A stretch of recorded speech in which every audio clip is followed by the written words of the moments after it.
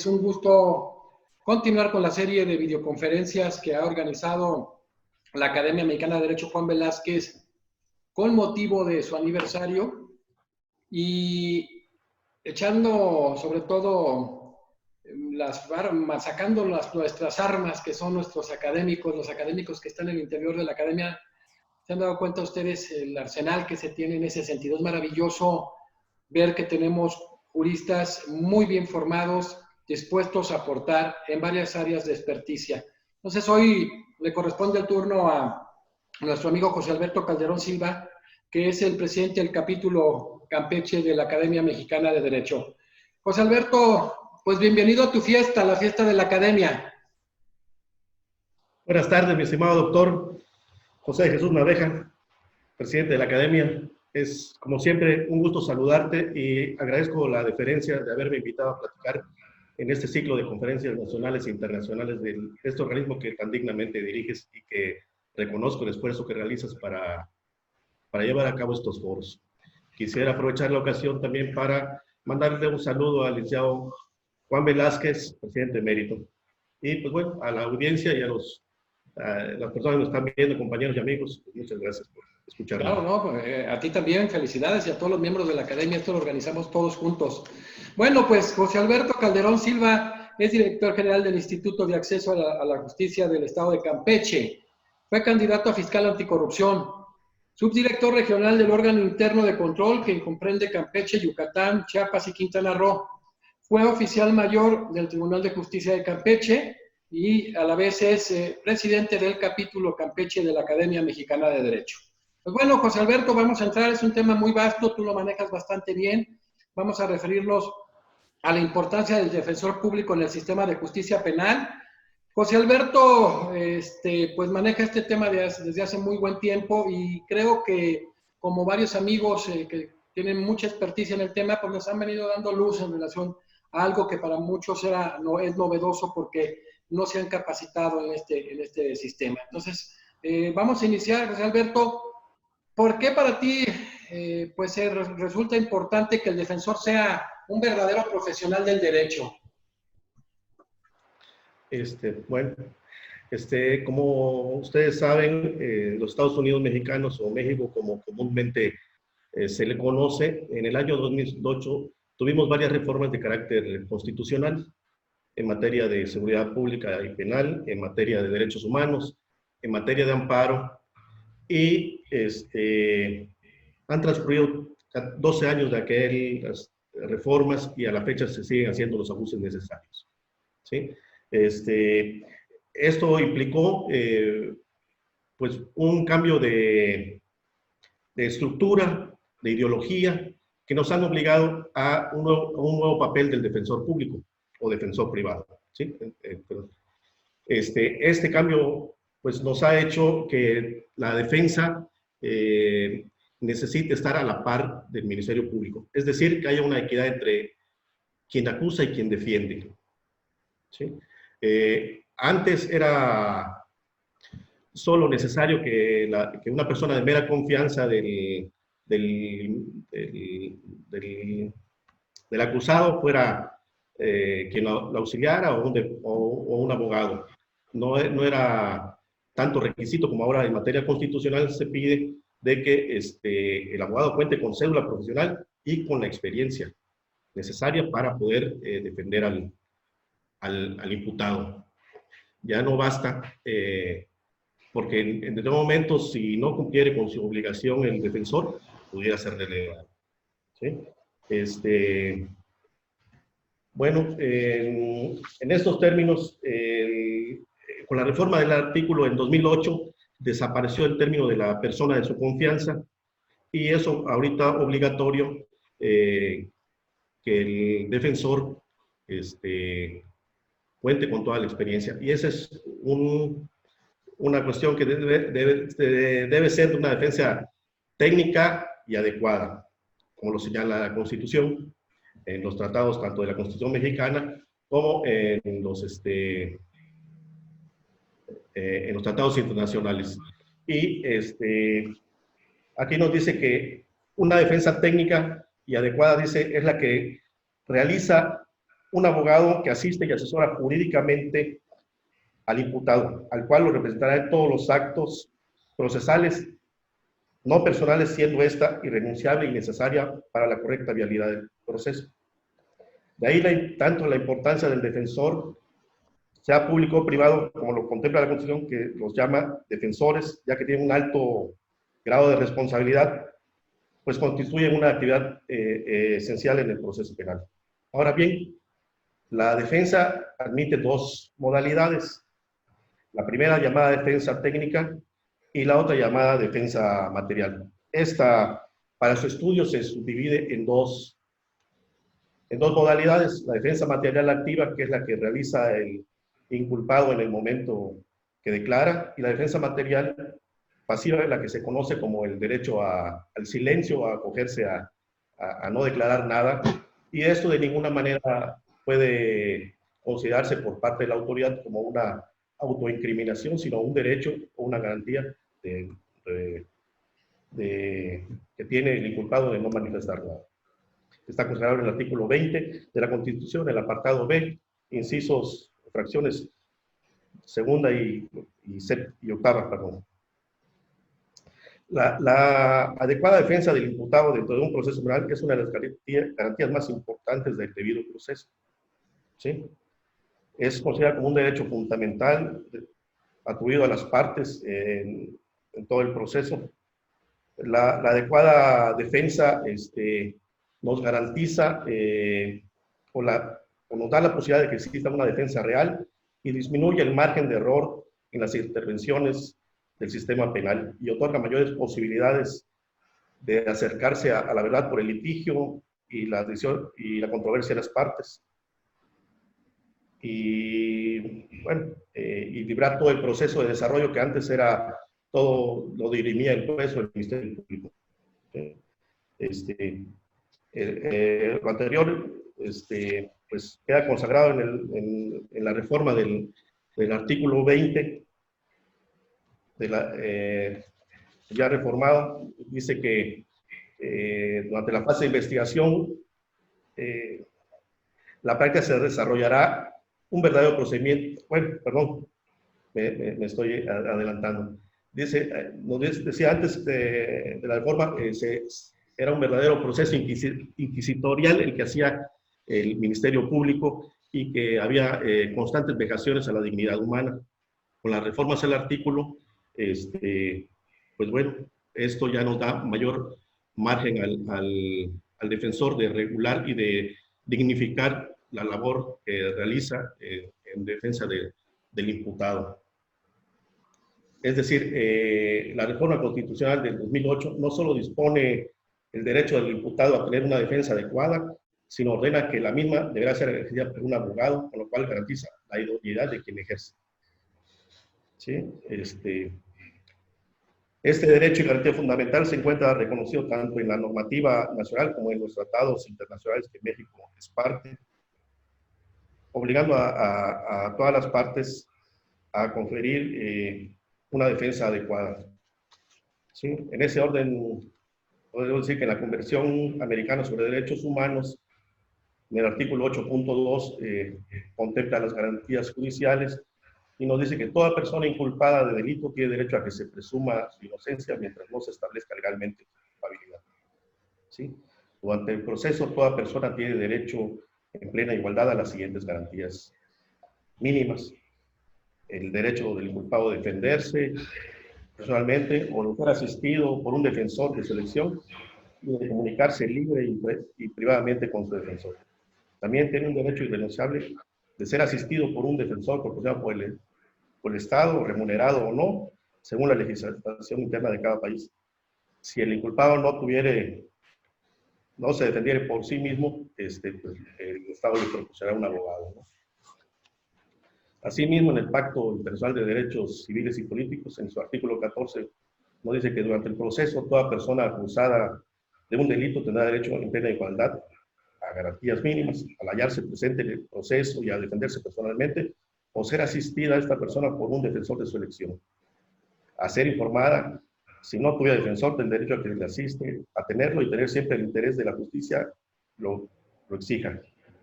a que se le nombre un defensor de oficio gratuitamente si careciera de medios suficientes para pagarlo.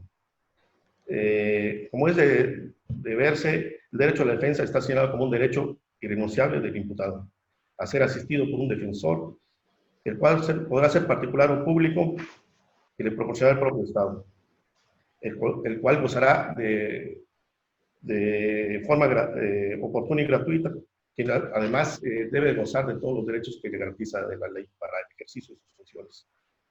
¿Sí? Este es un derecho que le asiste a toda persona en la comisión de un delito, porque hablar de defensa es hablar de un abogado defensor, el cual está obligado a comparecer en todo proceso penal a fin de poder contestar con eficacia la imputación o acusación que exista. Aquí dice que de igual forma en el Código Penal Nacional introduce la garantía de defensa técnica en el artículo 121 y le impone al órgano judicial la obligación de prevenir al imputado para que designe otro defensor cuando advierta que existe una sistemática incapacidad técnica de su defensor. Es decir, cuando el juez vea que el abogado no tiene conocimiento suficiente o no cumple con la defensa técnica adecuada, pues podrá ser relevado del cargo. ¿Sí? Sí, igual se han emitido diversas tesis donde analizan la figura de la perspectiva de los derechos humanos y, pues bueno, puedo decir que todo imputado dentro de un proceso penal cuenta con el derecho a gozar de una defensa adecuada, la cual tiene dos aspectos: formal, que consiste en no impedir al imputado el ejercicio de ese derecho, y el material, el cual pues, se construye la asistencia adecuada a través del defensor. ¿Sí? Esto es cuando el incumplimiento de los deberes del abogado dentro del procedimiento penal sea manifiesto, evidente, como dije anteriormente, el juez está obligado, en su carácter de rector y garante del proceso penal a evaluar la defensa del imputado. Dice que de lo contrario carecería el sentido que la defensa material forme parte del derecho humano. Si dentro del procedimiento no existe un mecanismo de control que permita garantizar mínimamente al inculpado que su abogado tiene la actitud necesaria para defender. Así los jueces tienen la obligación de ver que no se vulnere ese derecho del imputado y que no es suficiente solo tutelarlo, sino que se le proporcione una defensa real y efectiva al inculpado. ¿Sí? Dicho en otras palabras, siendo la defensa un derecho humano, dice, las autoridades deben de respetar, proteger, garantizar y promover dicho derecho. ¿Qué pasa si esto no acontece? Pues estamos ante la violación de un derecho humano. Por lo tanto, las autoridades que hayan cometido dicha violación deberán de reparar en la medida de lo posible esta circunstancia. Es por ello que el ejercicio de defensa técnica y adecuada debe cumplir con los parámetros establecidos en los lineamientos legales. Perfecto. Perfecto. Fíjate, José Alberto, que qué bueno que hace alusión a esto, cómo ha cambiado, realmente cómo se ha hecho un manejo netamente constitucional para lograr una defensa efectiva, ¿no? Porque antes había simulaciones, había abandonos, muchas cuestiones de esta naturaleza, y de verdad había grandes violaciones al debido proceso de ley, porque el derecho de defensa es un elemento básico del debido proceso de ley.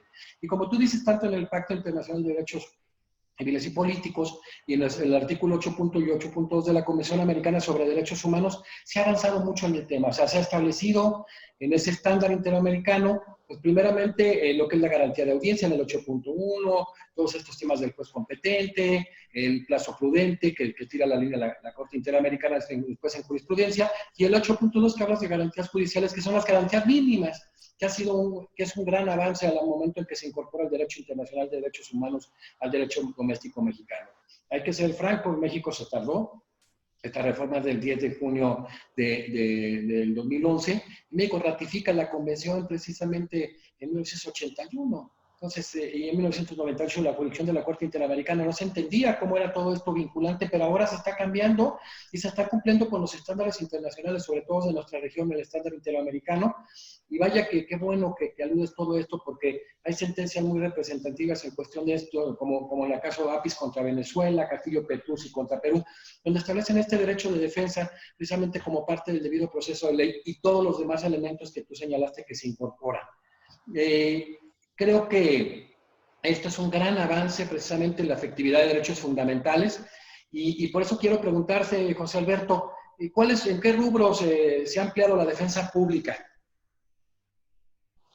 Bueno, mira, dice, bueno, la defensa penal dice que puede ser vista en con varios puntos, ¿no? Como una actividad de interés público, como un elemento que aporta validez al proceso, como un derecho humano de las personas investigadas y sentenciadas y como un mecanismo de garantía de otros derechos como la libertad personal, la integridad, el debido proceso y el juicio justo.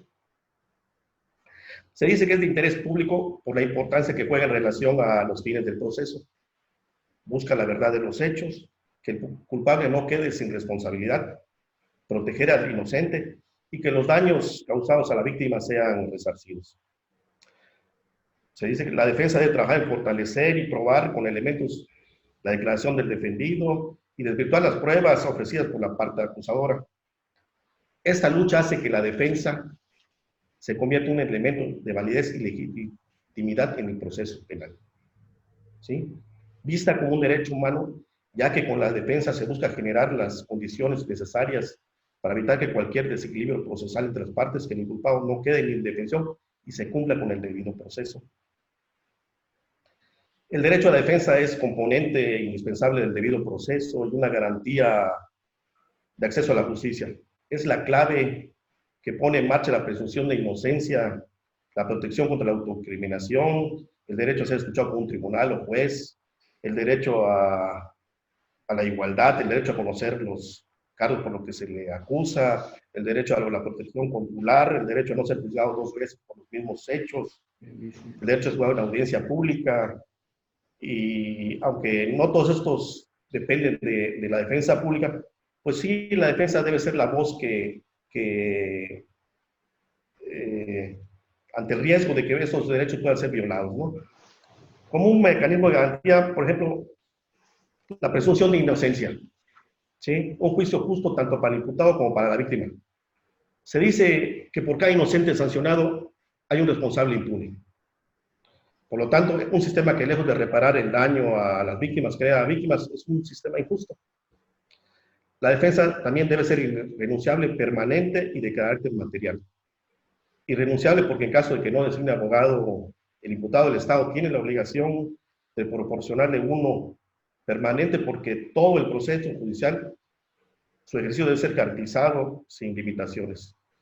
Material porque no es por el simple hecho de contar con un defensor profesional de manera nominal debe entenderse garantizado, sino que además debe realizarse actos positivos en la defensa. ¿Sí? Volviendo a tu pregunta, ¿cuál era? Perdón. En relación a los rubros en que se ha ampliado la defensa pública.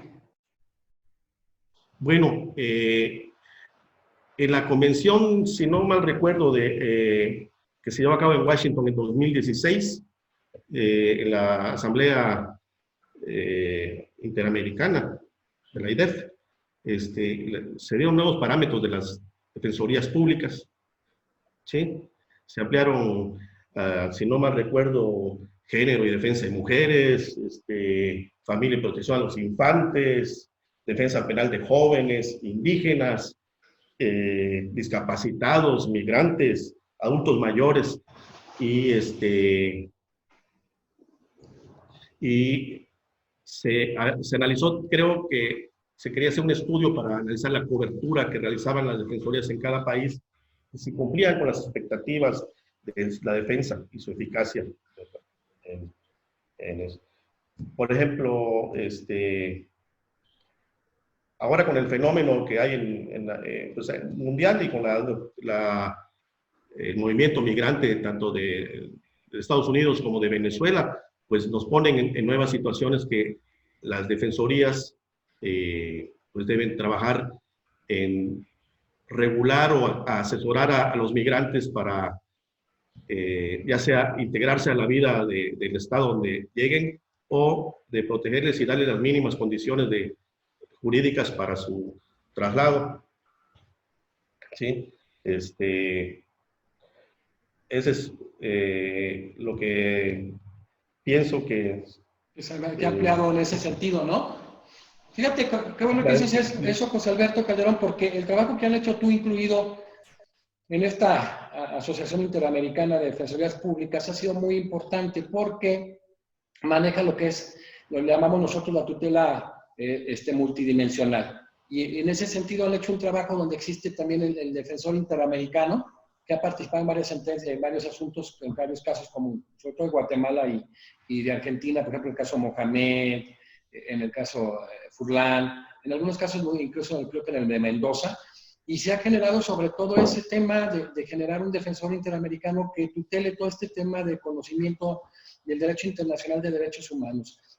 Tú lo dijiste atinadamente, se ha avanzado mucho en los rubros, yo veo la amplísima capacitación que se tiene en las defensorías públicas en cada una de las entidades federativas a nivel federal, que son de vanguardia. Pero creo que uno de los puntos medulares y que ustedes lo han hecho como parte de la IDEF es generar un amplio conocimiento, como lo has demostrado tú hoy en esta primera parte de la conversación, de los tratados internacionales de derechos humanos y las jurisprudencias de la Corte Interamericana de Derechos Humanos. Yo creo que también ese conocimiento de opiniones consultivas, de recomendaciones, de observaciones, a final de cuentas valen mucho la pena. Y se ha llegado a un nivel de evolución en el mundo, no decir nada más el proceso de globalización, que por ejemplo en las cortes, en estas cuestiones regionales, pues se han adoptado algunas líneas trazadas incluso por los tribunales europeos de derechos humanos. Creo que esto es muy valioso, sobre todo porque hay que buscar la efectividad de los derechos. O sea, de nada sirve el constitucionalizar los derechos si no hay mecanismos o garantías para hacerlos efectivos. Esa es una de las partes en que se miden las democracias. Decía Luigi Ferraioli que la tutela de los derechos es básica para las democracias y que la democracia se mide precisamente en el tema de expandir esos derechos, pero sobre todo hacerlos justiciables. Si no, de nada sirven y están en los niveles y en los rangos más bajos. Entonces, siguiendo esa conversación, José Alberto Calderón Silva, ¿cuáles son los retos actuales? ¿Cuáles tú visualizas como un hombre que has estado mucho tiempo en esta área para la Defensoría Pública y para el mismo sistema de justicia penal? ¿Qué retos tú ves que se tienen en estas circunstancias? Bueno, para mí uno de los retos es la capacitación de todos los que estamos en este sistema penal. Es necesario que sobre todo los abogados privados se capaciten en el sistema, porque pues cuando nos piden apoyo como defensoría, nos damos cuenta que el abogado privado por lo general no cuenta con el conocimiento necesario para prestar el auxilio necesario para cumplir con su labor.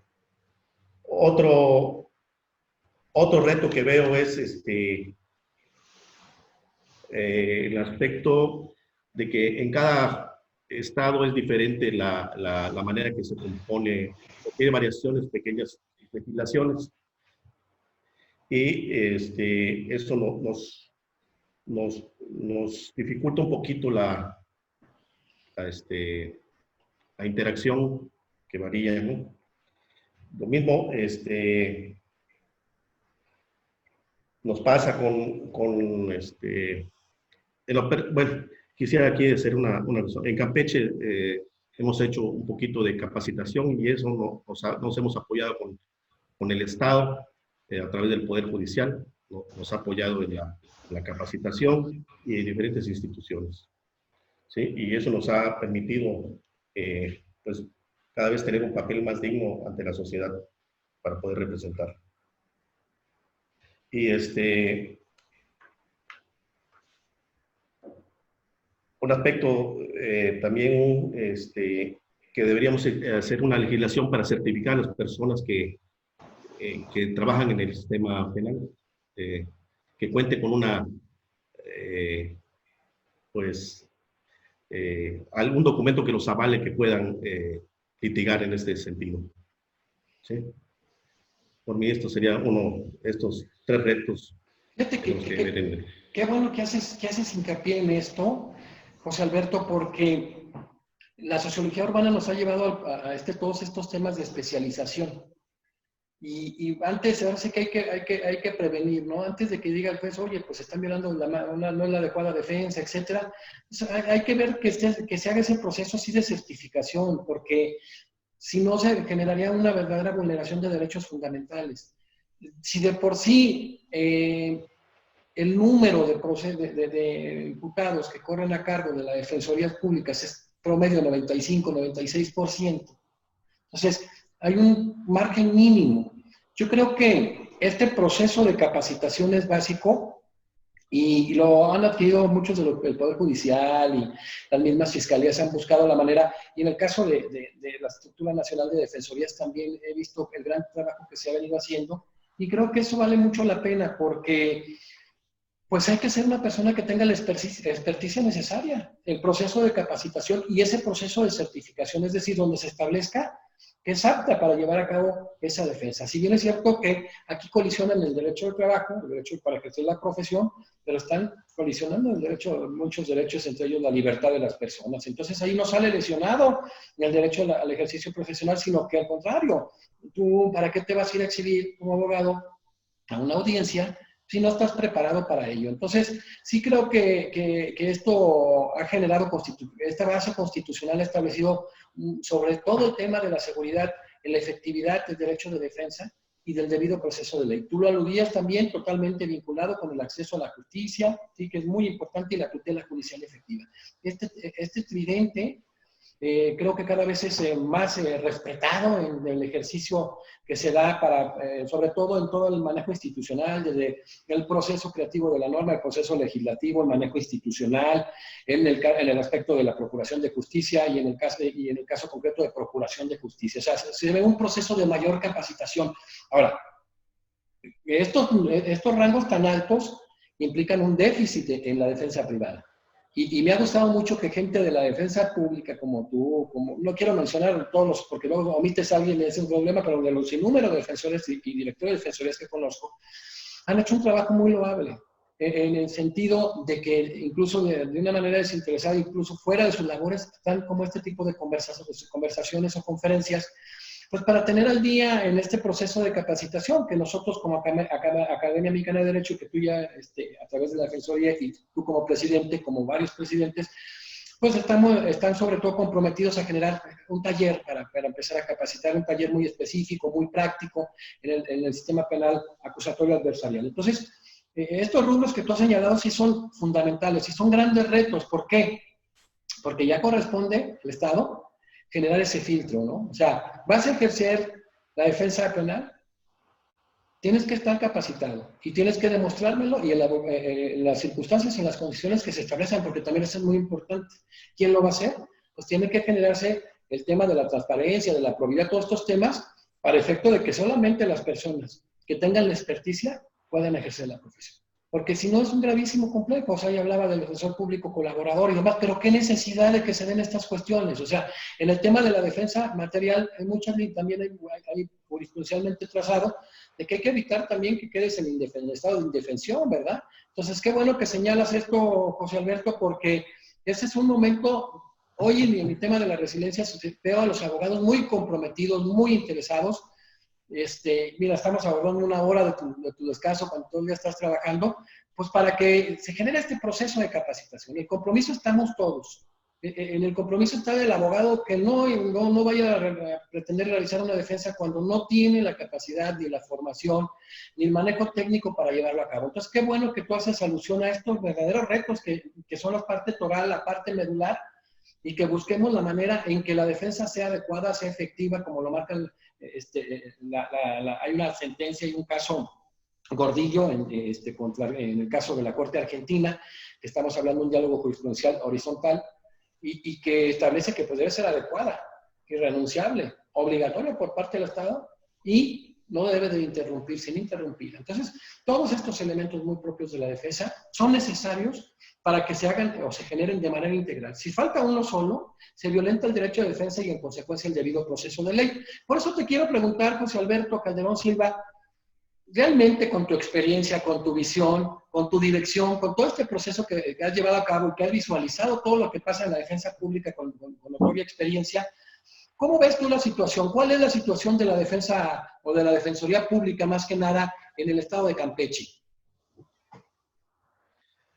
Yo creo que vamos en el camino correcto y lo que hemos tratado de hacer en esta administración es estar a la vanguardia de alguna manera. ¿Cómo lo hemos logrado? A través de estudio, capacitación, hemos acudido a las instancias, por decir, nos ha capacitado el Instituto Mexicano de Derechos Humanos y Democracia, le hemos pedido apoyo a la Embajada Británica, le hemos pedido apoyo, o nos han apoyado también el Ministerio de Justicia de Canadá, y pues estamos en constante capacitación, y como bien dices, efectivamente yo creo que tenemos alrededor del 90% de los asuntos, lo tiene la Defensoría Pública en el Estado. ¿Sí? Aparte, hemos tratado de ampliar o más bien de cumplir con los parámetros de la Defensoría. Tenemos área atendemos a migrantes, ¿sí? Propiciamos el apoyo para los migrantes en 2018 y 2017 se apoyaron a familias migrantes, no solo con asesoría, sino también bajamos recursos del gobierno federal que habían en ese momento y se le dio a esas personas para que se reinsertaran en la vida económica del Estado y social y pudieran lograr la reunificación familiar, que en esta administración pues desapareció ese fondo, pero a la vez seguimos prestando apoyo a los migrantes y firmamos convenio con algunas instituciones, tanto educativas como de apoyo jurídico al migrante para hacer ese apoyo, ¿no? Que aunque Campeche no es un estado propiamente productor de migrantes, sí somos un estado receptor. Tenemos algunas comunidades de guatemaltecos y somos un poquito tránsito de Centroamérica, que con este problema de Venezuela, Salvador y Guatemala, pues bueno, como ustedes bien saben, tenemos algo de tránsito, ¿no? Aunque casi todo es para el norte, pero con la política antimigratoria de Estados Unidos, pues se frenó y mucha gente se ha quedado en el país, tanto para integrarse como para buscar nuevas formas de vida en el país. Y bueno, es ahí donde entramos nosotros a proporcionar la asesoría jurídica y también, pues bueno, proporcionarle los encaminados con instituciones educativas para que les enseñen algún oficio o alguna cuestión y puedan practicar su conocimiento que traen de origen. También el aspecto de migrantes, como dije anteriormente, hemos asignado de manera, se puede decir, económica a una persona en esos 7 rubros, ¿no? Por ejemplo, tenemos acá en Campeche un área exclusivamente que atiende a la comunidad LGBTI, ¿sí? Y ya tenemos hasta el momento 8 juicios, pues se puede decir, sentencias en favor de personas que cambiaron de género.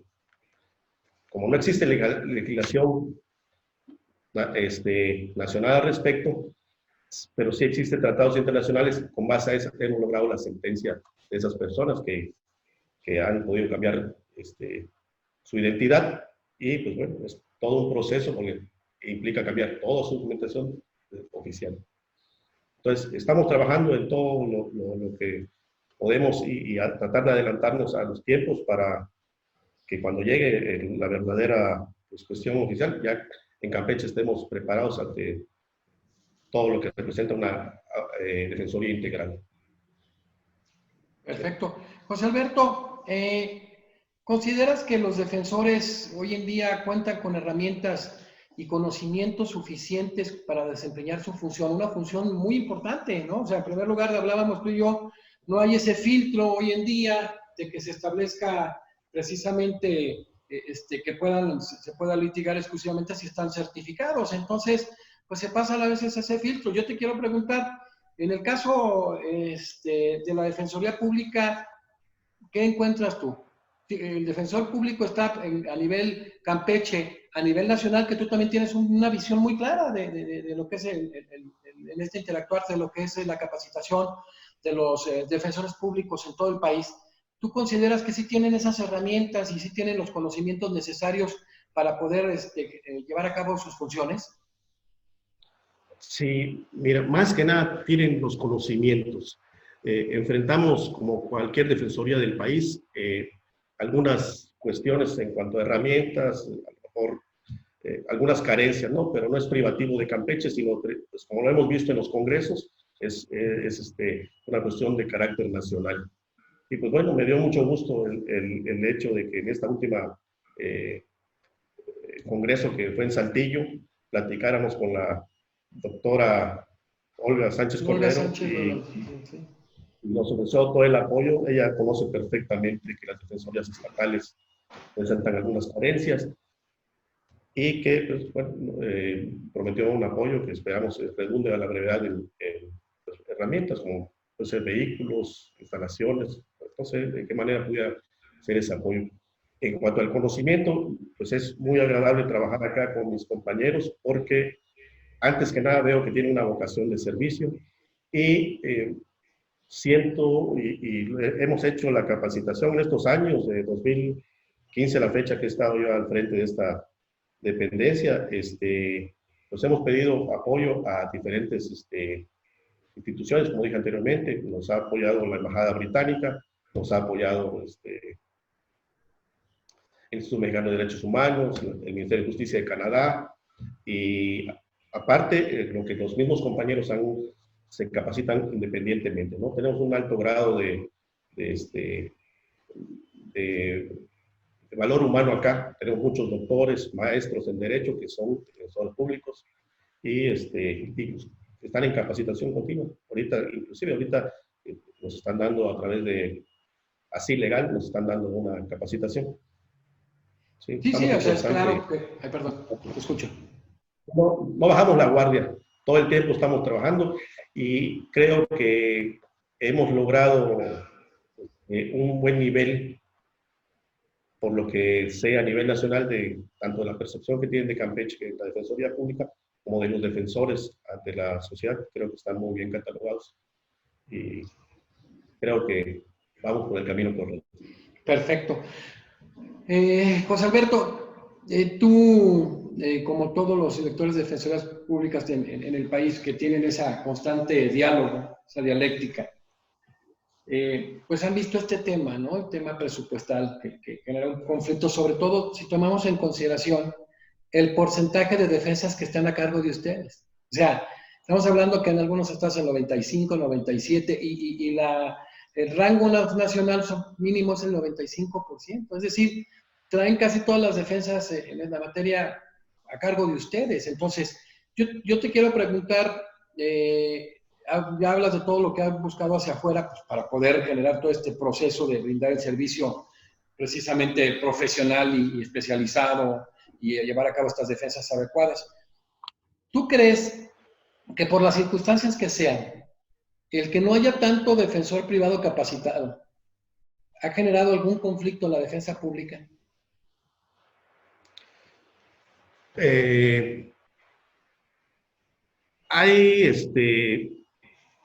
Pues sí hay personas que vemos que nos ven con celo en determinado momento, pues bueno, como quien dice, les quitamos trabajo. Pero precisamente, ¿qué pasa? Que nunca se capacitaron y cuando llegan a la audiencia se dan cuenta que pues, todo es diferente, ya no es el sistema anterior que había y que pues necesitan del apoyo del defensor público. Entonces, aquí en Campeche sí es grande la demanda del defensor público. Sí, sin agravar a nadie o sin denostar a nadie, pues, quisiera decir que creo que son los mejores capacitados, los mejores aptos para este sistema. Sí. Sí. No, correcto. Tú hablas esto, ¿no? O sea, cómo se ha rezagado la defensa privada, ¿no? Eso es claro. Ahí están las estadísticas. Y siendo francos, el trabajo que has hecho tú, como lo han hecho en general el grueso de los defensores que han trabajado muy arduamente, ustedes han abierto las capacitaciones a todo el mundo. Siempre están abiertos los foros nacionales, están abiertos los procesos de capacitación. O sea, no hay una justificación. Creo que nos falta un compromiso social, ¿no? A los abogados privados. Así creo. Es correcto, eso creo. Y pienso que muchos abogados privados no se dieron cuenta o pensaron que iba a ser la misma mecánica anteriormente y que no iba a ser una cuestión de que lo que era antes escrito ahora iba a ser oral, ¿no? Y ya se encuentran con que es completamente diferente y están en esa, pues en esta capacitación. Digo, aquí a veces nos hablan para decirnos, oye, no seas malo, échame la mano, apóyame, porque no sé esto. Y pues hacemos lo que tenemos que hacer, que es proteger al vulnerable. Sí, eso es lo que tratamos. En Campeche, estamos tratando de crecer de manera integral. Inclusive, aquí lo que hemos hecho, nuestro personal, hemos hecho talleres para capacitar a los abogados privados. Y, y pues bueno, eso también nos ha servido para que cambie nuestra percepción, que no somos su competencia, sino, como dije anteriormente, si la defensa pública crece, pues mejora el sistema y eso eleva la calidad. Mejores defensores, van a quedar mejores jueces, mejores ministerios públicos, nos va a hacer que se eleve su nivel de la defensoría o del defensor.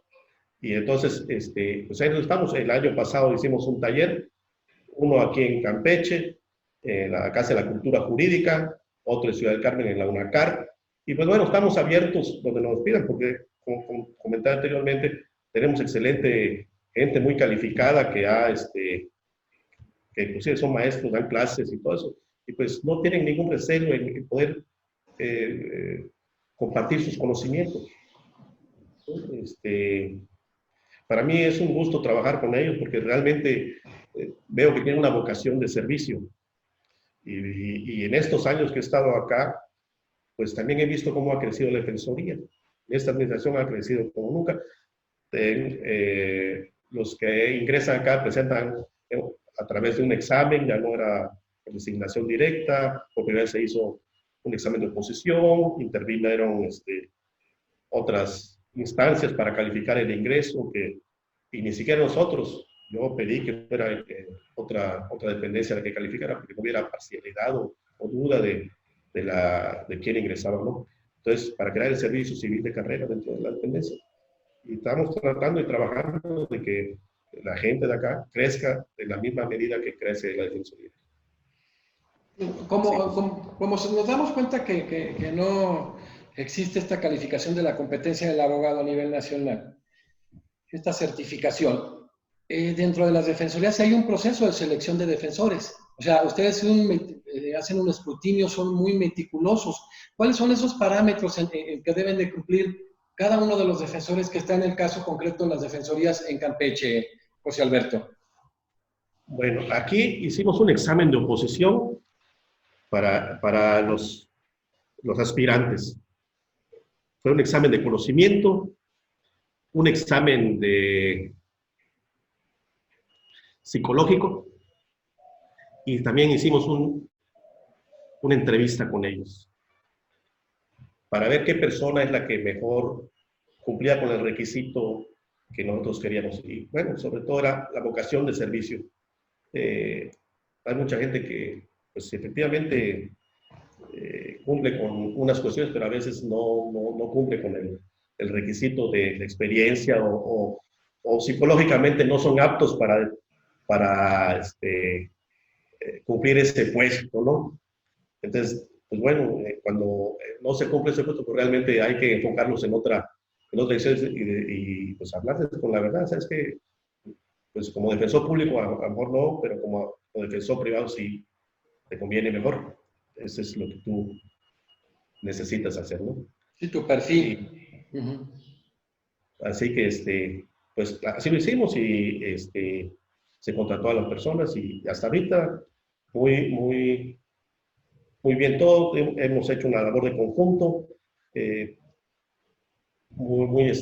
Yo en lo personal muy contento con la gente con la que trabajo, con gente de mucha valía y que tiene la experiencia para desarrollar la función que realiza. Pero entonces todos ellos entonces están bajo ese filtro, bajo ese proceso. Fíjate que qué bueno que se vive eso y que se ve por qué los porcentajes tan elevados, pero creo que el abogado privado se debe generar precisamente esa responsabilidad. porque también humanamente es imposible todo el trabajo que tienen ustedes porque hay límites presupuestarios. Yo veo con un poquito de tristeza y sobre todo que se da un mínimo de congruencia, que ahora que se genera, por ejemplo, la experticia en muchas áreas, que ya está generando el método de debate, la oralidad, establecer la argumentación, la teoría del caso, todas estas cuestiones tan importantes, tan relevantes, donde hay que pensar más, hay que analizar desde antes todos los datos que se tienen. O sea, es un proceso diferente, donde se demuestra el estudio desde el inicio, ¿no? Entonces iba el abogado, yo creo que le daba una fiada ahí, a veces te pregunto, iba preguntando conforme leía algo, una declaración, iba interrogando al testigo. O sea, ese era un proceso real. Entonces era actuar irresponsablemente, sin preparación alguna del asunto, y esto es sumamente delicado en el tema de la defensa, del derecho de defensa. Pero yo veo, por ejemplo, en el Poder Judicial Federal, que en varias entidades federativas, donde tiene presencia el Poder Judicial Federal, hay, por ejemplo, no sé, juzgados de distrito, que ya estaban con el tema de la especialización y que empiezan a perderla y empiezan a decir, bueno, por las cuestiones presupuestarias nos va a conocer de 4 de estas materias y ya no se hace o ya no es especializado. Entonces, esto debe correr con congruencia, ¿no? Si en materia penal, ahora en materia mercantil, se va a hacer ya en su momento se informa en materia civil, se está corriendo con el tema de la especialización de los jueces, de los litigantes, de los peritos, todos los que estamos inmersos en ello, pues que no pase esto en el tema, que se pierda esta esencia y este planteamiento y esta exigencia que debe darse en el Poder Judicial Federal. Que a final de cuentas, en muchos de los casos, tienen la última decisión. Y que hay gente con mucha pericia, gente muy capaz, pero pues evidentemente el conocimiento es infinito y nosotros somos finitos, entonces hay que buscar las áreas de experticia para prepararte muy bien en esa área. O sea, y ahora te exige ser expertos. Yo por eso me da muchísimo gusto el que tú, que tienes mucho tiempo trabajando en el Estado y que has generado también un liderazgo a nivel nacional en el tema de defensorías públicas, pues nos des la visión, sobre todo la importancia del defensor público en el sistema de justicia penal, pero también que nos des el panorama del estatus actual de la defensa pública y que de ahí, primero, por exclusión, veamos cuál es el estatus de la defensa privada. Es decir, una defensorías públicas con casi un promedio del 97% de los asuntos en materia penal, que es terriblemente fuerte, con cuestiones presupuestarias que ya se hubo un compromiso del gobierno, lo dijo la secretaria de Gobernación, la doctora Olga Sánchez Cordero, pues para que pues el capital humano tenga los elementos y las herramientas necesarias pues, para poder generar todo esto, desde los procesos de capacitación, desde los sueldos que tienen que ser adecuados, todo lo que se requiere. Y entonces, igual se han dado muchos avances. Hoy el tema de la pandemia pues nos tiene con una pausa y tenemos que prepararnos para cuando, en este momento complicado y post pandemia. Entonces, qué bueno que nos diste sobre todo esta visión también complementaria al desarrollo del tema de la importancia de la defensa pública en el sistema de justicia penal, de cómo es el estatus actual de las defensorías públicas en Campeche y en el país. Por eso agradecemos a José Alberto Calderón Silva, presidente del capítulo Campeche de la Academia Mexicana de Derecho Juan Velázquez, el que haya tomado el tema y abordado el tema de la importancia del defensor público en el sistema de justicia penal y que esto lo haya complementado con, reitero, el estatus actual de la Defensoría Pública de Campeche y de las defensorías públicas en el país, con un manejo de asuntos en materia penal de un 97% en promedio. Entonces, muchísimas gracias, José Alberto Calderón Silva, que nos hayas acompañado. Te quisiera comentar esto. En Campeche no solo vemos defensa penal, sí, también vemos materia mercantil, civil, familiar, y eso nos da un amplio panorama. Pero los porcentajes son menores, ¿no? O sea, los porcentajes son menores, sí, muchísimo menores. Son menores.